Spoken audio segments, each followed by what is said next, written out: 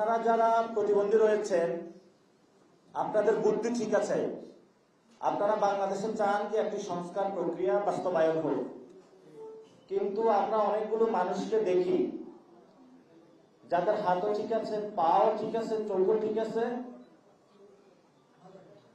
কিন্তু হলো চিন্তার মধ্যে একটু গলদ রয়ে গিয়েছে। ওনারা বাংলাদেশে সংস্কার চায় না। এই জন্য জাতীয় নাগরিক পার্টির এই প্রতিবন্ধী যে উইং রয়েছে, আপনাদের একটি সংগ্রাম করতে হবে। যারা সংস্কারের বিপক্ষে, যারা সংস্কারের বুদ্ধি প্রতিবন্ধী হয়ে আছে, আপনারা তাদেরকে সুস্থ করে তুলতে হবে। এই দায়িত্বটা আপনাদেরকে ইনশাআল্লাহ নিতে হবে। এবং এই প্রতিবন্ধী কোটায় কিছু টাকা পয়সা দিয়ে যদি এই সেক্টরে যারা রয়েছেন, এখানে আমরা সীমাবদ্ধ রাখতে চাই না। আমরা আপনাদের জন্য সোসাইটিতে প্রত্যেকটা জায়গাতে, প্রত্যেকটা ক্ষেত্রতে স্পেশাল স্ট্যাটাসের মধ্য দিয়ে এমন একটা প্রক্রিয়া আমরা যেতে চাই যেখানে আপনার সর্বপ্রক্রিয়ায় অংশগ্রহণ করতে পারবেন। আমরা এটা নিশ্চয়তা বিধান করতে চাই।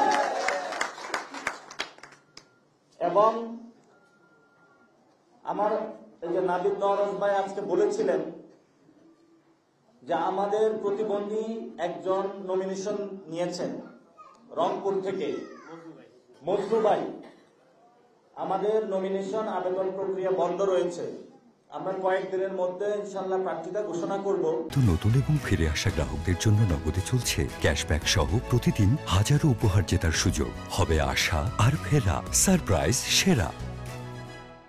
এবং আপনারা এই যারা প্রতিবন্ধী আমাদের ভাই এবং বোনেরা রয়েছেন, আপনারা এই ইলেকশনে শাপলাকলিতে ভোট দিবেন এবং শাপলাকলিকে বিজয়ের পক্ষে একটু কাজ করবেন।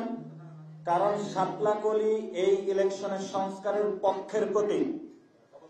এই সংস্কারকে জয়ী করার জন্য আপনাদের নৈতিক দায়িত্ব। কারণ আপনারা বুদ্ধি প্রতিবন্ধী নয়।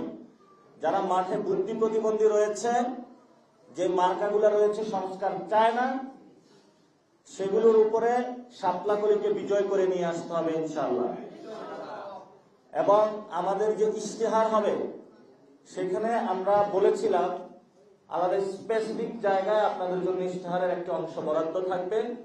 আপনাদের নিয়ে আমরা পরিকল্পনা আলাদা সমাবেশ করে এই সেক্টরকে কিভাবে আমরা উন্নয়ন ঘটাতে পারি এবং আপনাদেরকে কিভাবে একসাথে আপনাদের জীবনের যে প্রতিবন্ধকতা রয়েছে, এটা যাতে আপনার সন্তান, আপনার ভাই হয়ে, আমি সমব্যক্তি হয়ে একইভাবে কাজ করে সবাই একসাথে সমাজে বিকাশ লাভ করতে পারি, সুন্দরভাবে থাকতে পারি, এই প্রত্যাশা নিয়ে জাতীয় নাগরিক পার্টি কাজ করছে।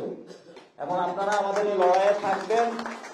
এবং সবচেয়ে আমি একটা কথা বলি, আমরা যখন এই গণ অভ্যুত্থানের পরে কাজ শুরু করি, যাত্রাবাড়িতে কাজ করেছিলাম, তারপরে আমরা রামপুরা বাড্ডায় কাজ করেছিলাম। রামপুরা বাড্ডায় যারা আমাদের এই সাংগঠনিক কাজে শুরু করেছিল, তারা ছিল আমাদের প্রতিবন্ধী ভাইয়েরা।